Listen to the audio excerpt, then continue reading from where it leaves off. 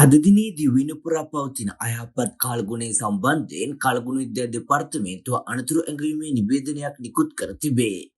එහි දැක්වෙන්නේ බස්නාහිර සබරගමුව සහ වයඹ පළාත්වලත් නුවරඑළිය මහනුවර ගාල්ල සහ මාතර දිස්ත්‍රික්කවලත් ඇතැම් ස්ථානවලට මිලිමීටර් 75ක පමණ තරමක තදවැසි ඇතිවිය හැකි බවයි. උතුරු පළාතෙත් අනුරාධපුර දිස්ත්‍රික්කයේත් ඌව පළාතෙත් අම්පාර සහ මඩකලපුව දිස්ත්‍රික්කවලත් සවස් කාලයේදී හෝ රාත්‍රී කාලයේදී මිලිමීටර් 75 100ත් අතර තරමක තදවැසි ඇතිවිය හැක. මධ්‍යම කඳුකරයේ බටහිර බෑවුම් ප්‍රදේශවලත් උතුරු මැද සබරගමුව වයඹ සහ දකුණු පළාත්වලත් ත්‍රිකුණාමලය දිස්ත්‍රික්කයේත් විටින් හමන පැයට කිලෝමීටර් 50ක 60ක පමණ තද සුළං ඇතිවිය හැකි බව කලගුණ විද්‍යා දෙපාර්තමේන්තුව අනතුරු අඟවයි.